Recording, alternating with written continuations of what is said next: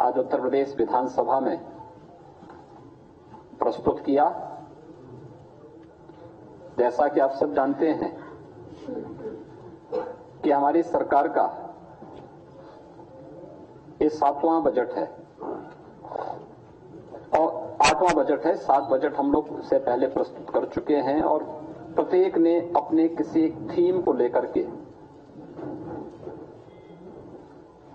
प्रदेश के लोक मंगल के लिए उस बजट को प्रस्तुत किया है। हमारा पहला जो बजट था वह 17-18 का, वह प्रदेश के अन्नदाता किसानों को समर्पित था। 2018-19 का बजट हम लोगों ने प्रदेश के इंफ्रास्ट्रक्चर और इंडस्ट्रियल विकास के लिए, औद्योगिक विकास के लिए हम लोगों ने समर्पित किया था। 2019-20 का हमारा प्रदेश का बजट मातृशक्ति को समर्पित करते हुए, मिशन शक्ति के अभियान को आगे बढ़ाते हुए महिला सशक्तिकरण के लिए हम लोगों ने समर्पित किया था। 2020-21 का बजट प्रदेश के युवा ऊर्जा को समर्पित था। 21-22 का बजट प्रदेश के स्वावलंबन से सशक्तिकरण के इस अभियान को समर्पित था और 22-23 को अंत्योदय से आत्मनिर्भरता का प्रदेश का बजट रहा है।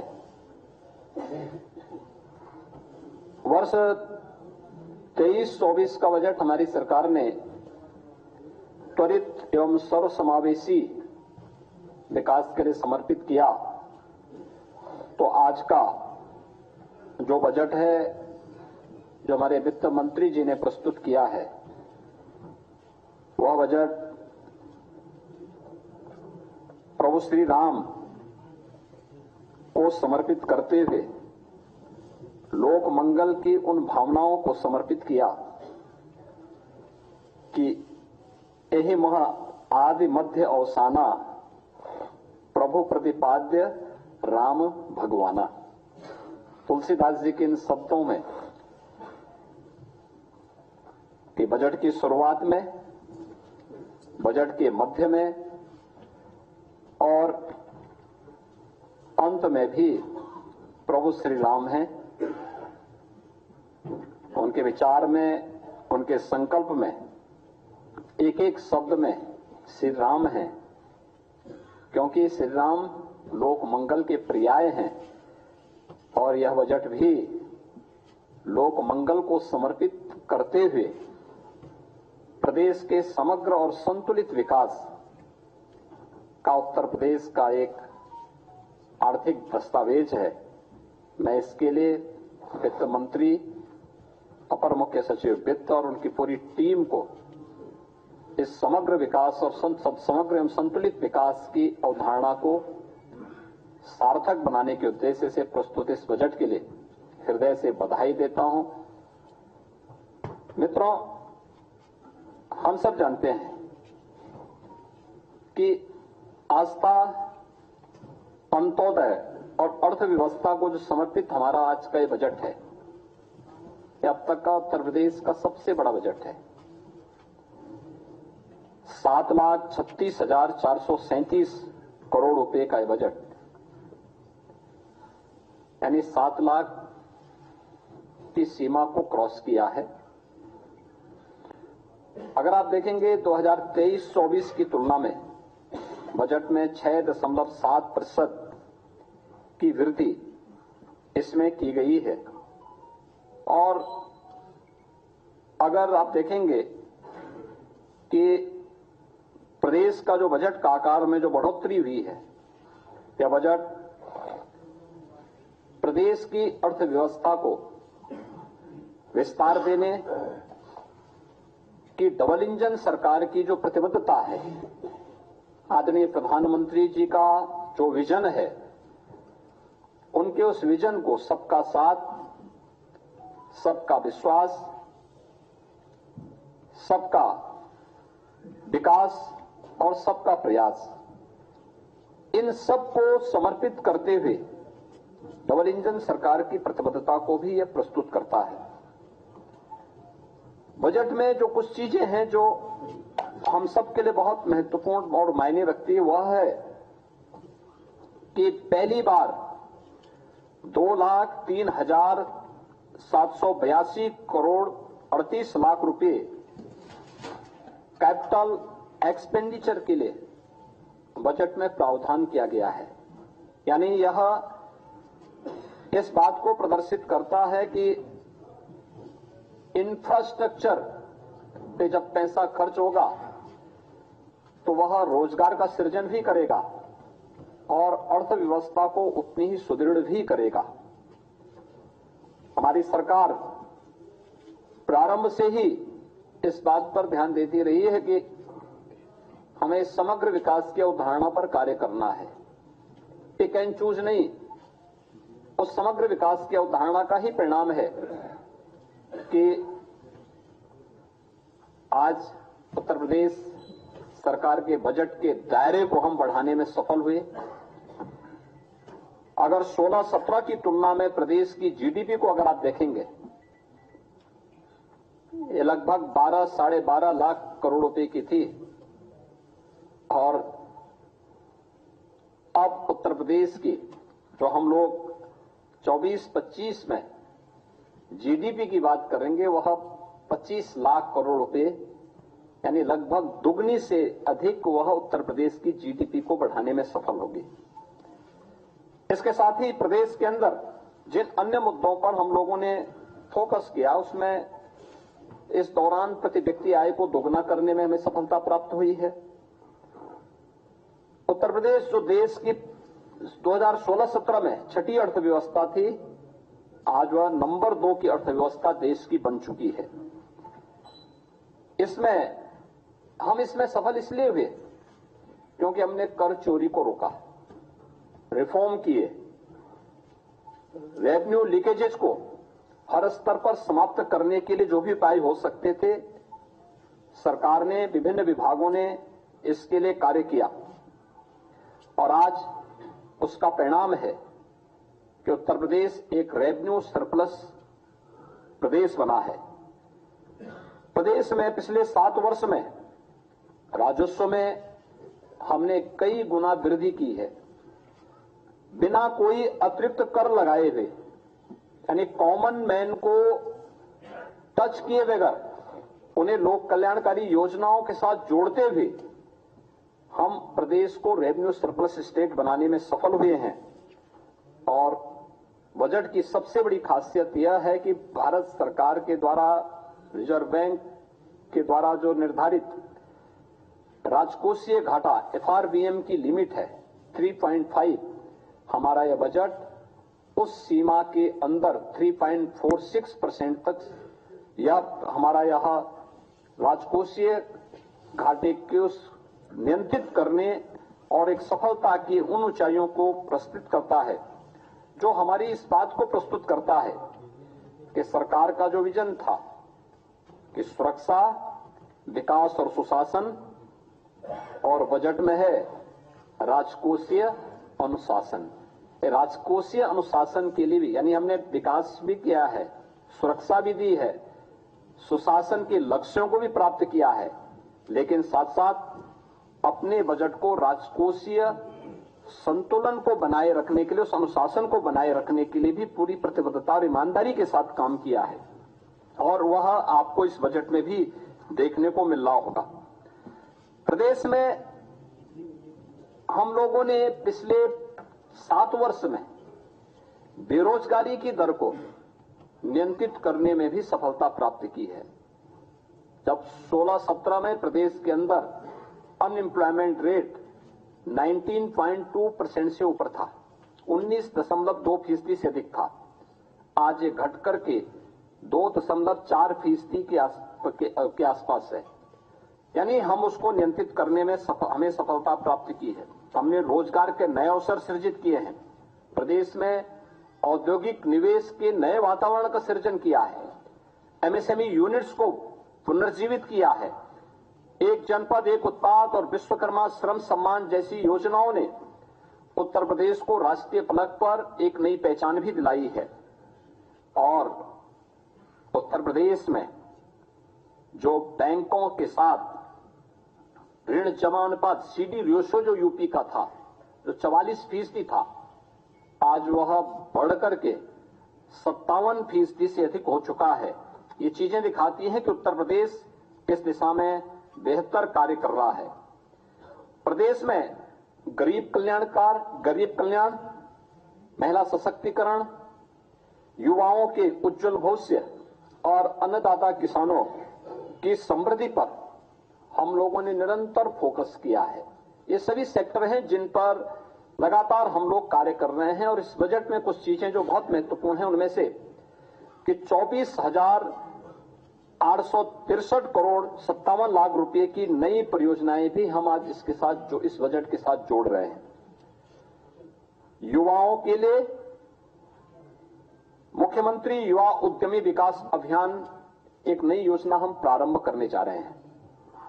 इसमें अपने प्रदेश के युवाओं को स्वरोजगार से जोड़ने के लिए, नए सूक्ष्म उद्यमों की स्थापना के लिए ग्रामीण और शहरी क्षेत्र में रोजगार सृजित करने के उद्देश्य से एक नई पहल की जा रही है, जिसमें ब्याज मुक्त ऋण की सुविधा उन नए उद्यमियों को प्रदेश के अंदर सरकार उपलब्ध करवाएगी। ये सीमा 5 लाख रुपए तक की ब्याज, यानी 5 लाख रुपए तक की पूंजी पर करने जा रहे हैं। उसमें ब्याज मुक्त ऋण हम उन्हें उपलब्ध करवाने की व्यवस्था करने जा रहे हैं। दूसरा, प्रदेश में रोजगार प्रोत्साहन कोष के गठन की कार्रवाई, जिसमें ट्रेनिंग, इंटर्नशिप और अप्रेंटिसशिप की स्कीम को वित्त पोषण की कार्रवाई के साथ हम इसके साथ जोड़ेंगे। राष्ट्रीय फैशन टेक्नोलॉजी संस्थान की स्थापना यह वाराणसी में करने और 2 मेगा राजकीय आईटीआई की स्थापना और 69 आईटीआई के उन्नयन का प्रस्ताव भी हम लोगों ने इसके साथ जोड़ा है। Sports science and injury centre की स्थापना की कार्रवाई भी प्रदेश में है। वरिष्ठ नागरिक कल्याण कोष की स्थापना और आंगनबाड़ी के उन्नयन की, जो लगभग 22,000 से अधिक आंगनबाड़ी हैं और आंगनबाड़ी केंद्र, मिनी आंगनबाड़ी केंद्र हैं, उनको मुख्य आंगनबाड़ी केंद्र के रूप में अपग्रेड करने की कार्रवाई को हमने आगे बढ़ाया है।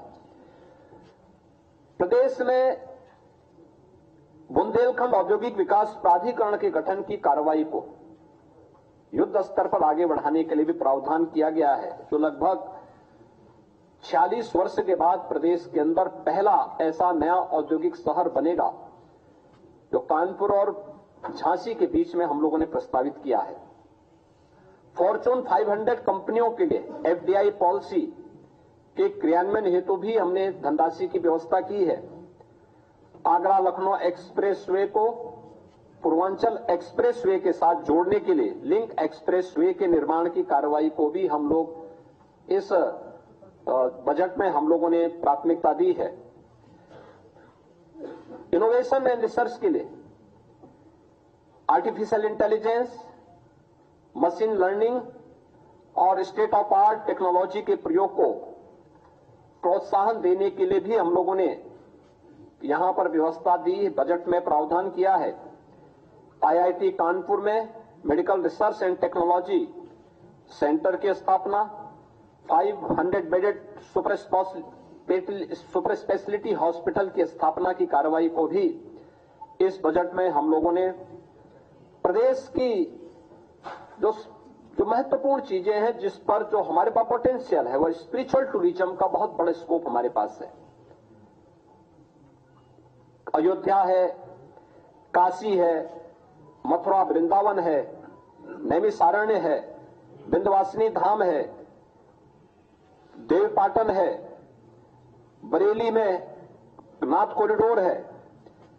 इनकी थीम पर आधारित अवस्थापना विकास की कार्रवाई, प्रयागराज कुंभ के लिए अभी से प्रावधान करके उन सभी कार्यों को समयबद्ध तरीके से आगे बढ़ाने के साथ साथ कुंभ संग्रहालय की स्थापना प्रयागराज में करने और विभिन्न विकास की योजनाओं के लिए भी अभी से बजट का प्रावधान प्रयागराज कुंभ के लिए हम लोगों ने किया है। निसारनाथ गोय सांस्कृतिक केंद्र श्रृंगेरपुर के लिए, इसके अलावा आजमगढ़ में हरिहरपुर में संगीत महाविद्यालय की स्थापना और महर्षि वाल्मीकि सांस्कृतिक केंद्र चित्रकूट की स्थापना के लिए भी धनराशि की व्यवस्था की है। तो अयोध्या में अंतर्राष्ट्रीय रामायण एवं वैदिक शोध केंद्र की स्थापना के लिए भी बजट का प्रावधान इस बजट में किया गया है। कृषि हमारा एक प्राथमिक सेक्टर है यूपी जैसे राज्य में, जहां की एक बड़ी आबादी कृषि पर आधारित है।